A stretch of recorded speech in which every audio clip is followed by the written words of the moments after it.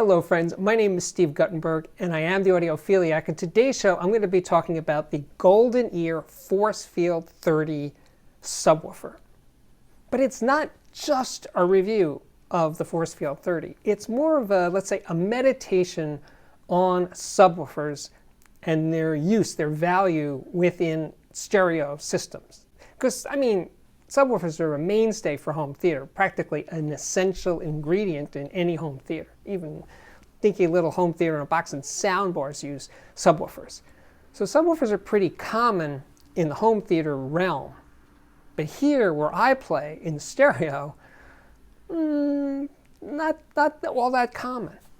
And I'm going to be making a case today why maybe some of you, some significant percentage of you guys out there should consider using a subwoofer. Yeah, if you've never lived with a good subwoofer, you might not know that. You might not understand what it's all about. But subwoofers, at their best, when they're well integrated into the sound of a system, really enhance the tonal balance of the system. And not only that, they actually change the imaging. The soundstage depth invariably improves with a subwoofer. And I'm not just talking about the Force Field 30, REL subwoofers, JL Audio subwoofers, SVS subwoofers, any good subwoofer, when it's well integrated into the system, and it is, let's just say, the right subwoofer for that system in that room, the difference is gigantic. I mean, way bigger than improving your preamp or power amp or integrated amp or DAC or turntable, cables, whatever. No, all of those differences are not as significant as the right subwoofer in the right room. No. Subwoofers rule in that way. I would say they're the best bang for the buck in terms of improving the sound of a system for certain listeners. I'm not saying it's a universal solution. Not at all. I don't mean to imply that. Let's get that out of the way right up front. And they're not for everyone. But under certain circumstances, they can really be profound. So if you've never lived with a good subwoofer, it's something to consider, because you won't know until you try. And by the way, even with large speakers, because in this review, I'm going to cover a lot of speakers that I use with the Force Field 30. The largest one being the Pure Audio Project Duet 15, which has a 15-inch woofer. Yeah, I would say it made a profound difference. And the Dirty Weekend, the Zoo Dirty Weekend 6, has a 10-inch driver. Yes, this 8-inch woofer made a difference. And of course, the LS50, the KEF LS50 Meta, which is a much smaller speaker, that worked. That was an amazing pairing. And for me, the most fun of all was using the Force Field 30 with the Magnepan LRS Plus, thin planar magnetic speaker that actually doesn't make a lot of bass on its own, and in a way it made it the most challenging to integrate, but in the end it was really a beautiful combination. Let's examine the Force Field 30, get into the details of this design. And by the way, I will put up the complete specs, but the thing is, it's not very big, but it sounds big. It definitely sounds bigger than it is. Now, it is an 8-inch woofer, an 8-inch subwoofer, and the woofer is on the front behind a perforated metal grill. But this isn't a ported subwoofer, and it's not a sealed box subwoofer. No, it has a 9x11-inch passive radiator on the bottom of the subwoofer. And I think that is the reason why this sub sounds bigger than it is, because that rather large passive radiator is just a couple of inches from the floor, so the floor is reinforcing the sound of the Force Field 30 because of that passive radiator. Does that make sense? I hope so. Well, anyway, that's what it sounds like to me. Now, what else? It has a 1,000-watt amplifier inside. They don't specify that it's Class D, but I certainly assume it is. And by the way, it is designed in-house at Golden Ear. You know, after I unbox the sub, I'm looking at the bottom to see the passive radiator, and I see those 4 squishy, cushy feet. I think they're made of sorbethane or something like that. They seem very, let's say, compliant. So that was interesting. Now, round back, that's where it takes the path less taken, something like that, right? I'm looking at the back panel of the 30. And I see a pair of RCA inputs. Well, that's they're supposed to be there, right?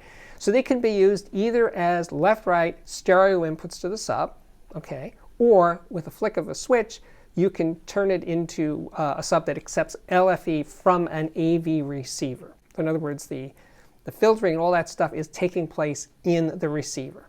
Now, the thing is, to hook up this subwoofer, you need to have a preamplifier or an integrated amp that has either subwoofer outputs, or a subwoofer output, or left and right variable outputs.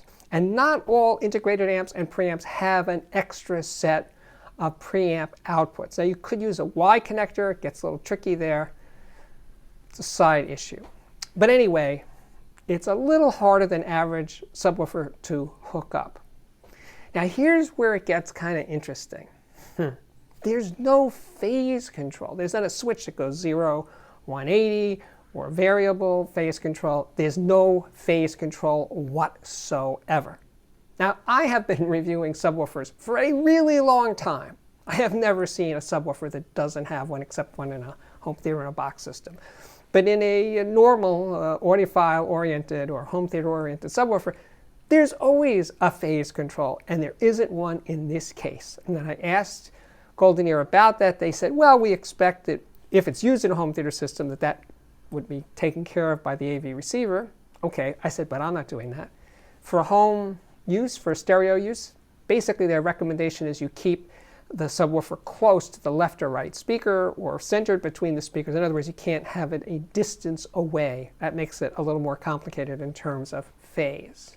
In any case, it is kind of alarming that this subwoofer does not have a phase control, because it is kind of standard, but it's missing in action here. The other thing that's missing is there's no remote control and there's no app. Oh, another thing that's missing on the back panel there is a power switch, an on-off power switch for the Force Field 30.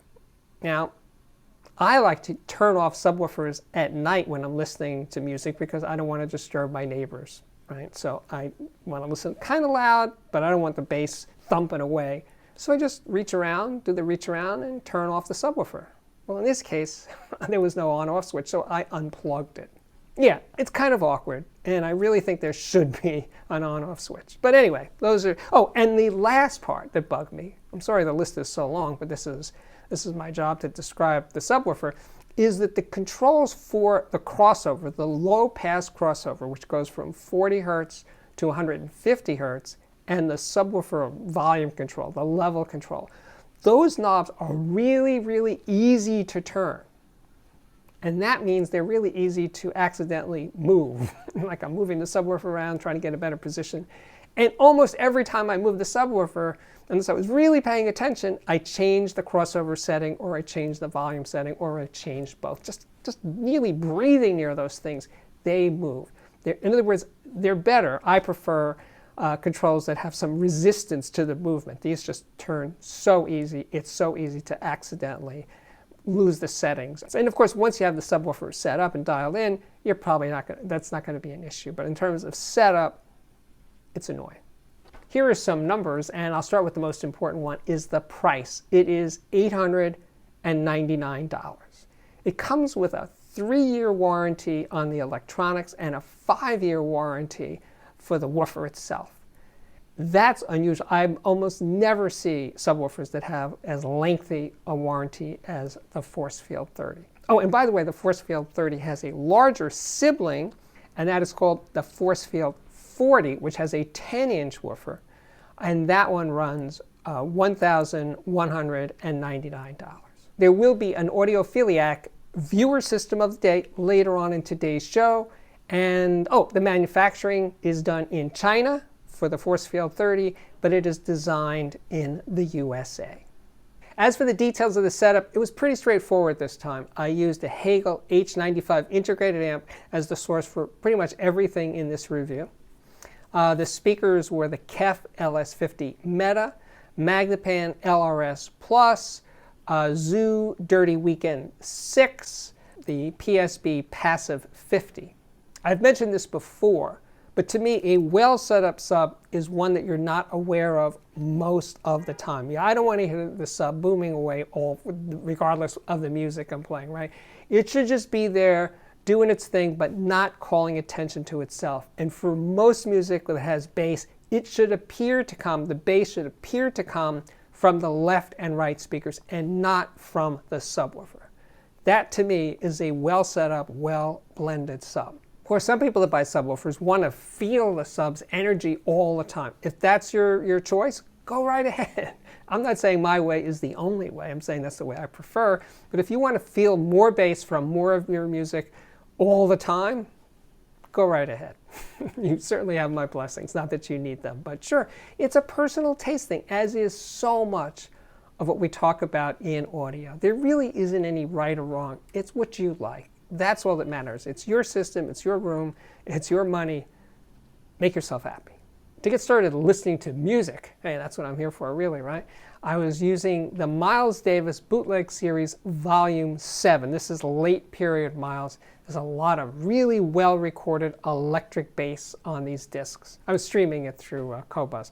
And yeah, and the speakers were PSB Passive 50s, which are large bookshelf speakers, almost tower speakers. Anyway, they make a fair amount of bass on their own, but feeling the growl of that sub with the Passive 50s, I mean, it energized the room in a different way. It made the Passive 50 sound, well, like a much larger speaker. When I played it louder, I just felt it more. And again, the blend between the sub and the Passive 50 was smooth as butter, as we used to say. Absolutely. That led to another record for great bass lines, which is Paul Simon's Graceland. I love that record. It is so good. It is really held up over time. And the grooves and the rhythms are just fantastic. And that was also with the Passive 50. So, and the other thing is I noticed that I could play it relatively quietly and still feel the bass and still have that great bass energy, and the blend was really holding up at, lowish, medium, and loud levels. That's another test for a well set up subwoofer. The next pairing with the Forcefield 50 was the Magnepan LRS Plus.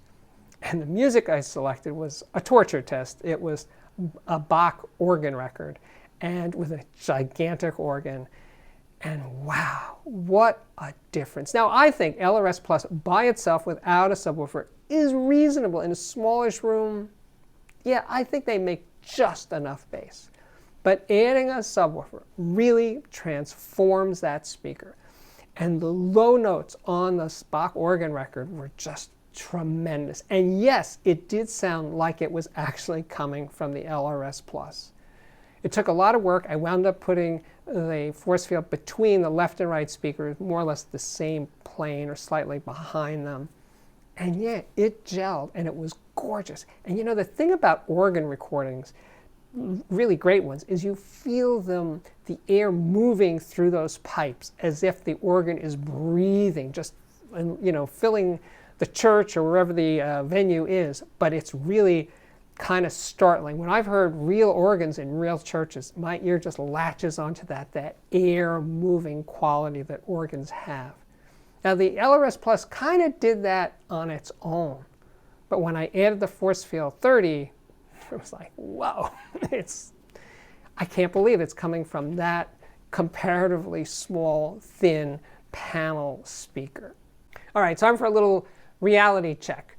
The Forcefield 30 is not going to transform the KEF LS50 Meta or the Magnepan LRS Plus into, let's say, rocker delight. It's not going to kick ass. It's not. Those pairings will not satisfy people who want high impact music. It ain't going to happen. Now the sub could do it, but the speakers can't. And when you try to get that out of them, you're just going to feel that the speaker just can't keep up. It can't deliver its end of the bargain. Let's put it that way, right?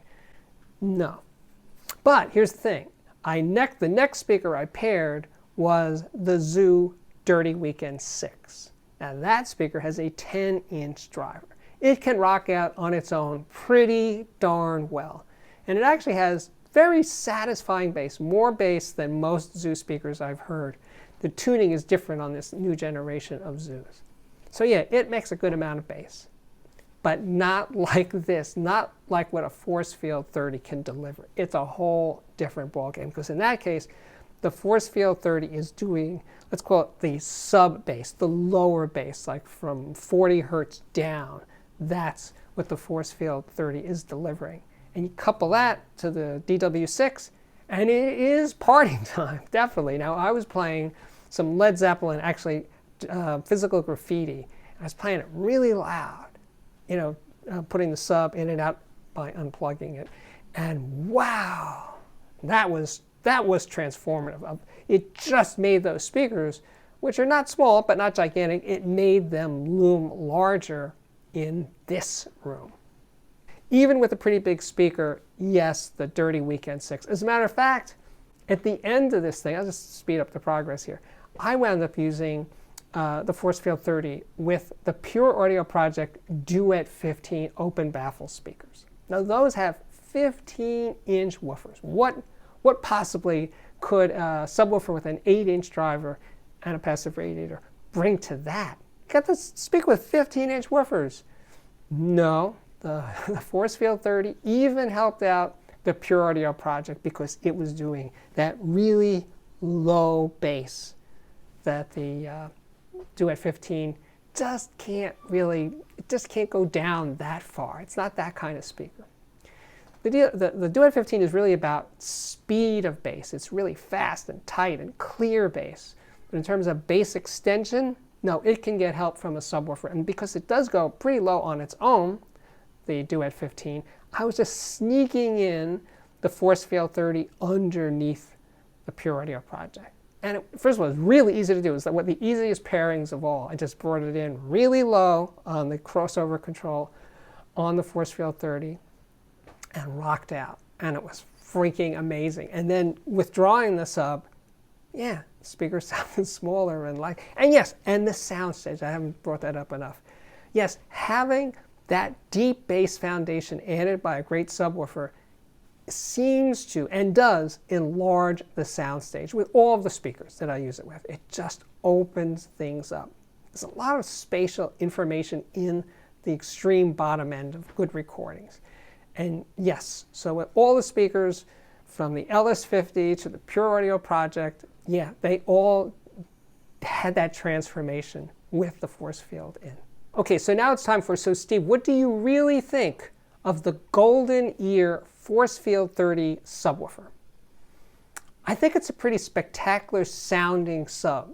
It's not very big, as I said up front, but it sounds big. It has tremendous weight and impact and thrust that it's capable of delivering effortlessly. It does that really well. And since it's not a ported sub, there's no issues with port noise complaints or anything like that. No way.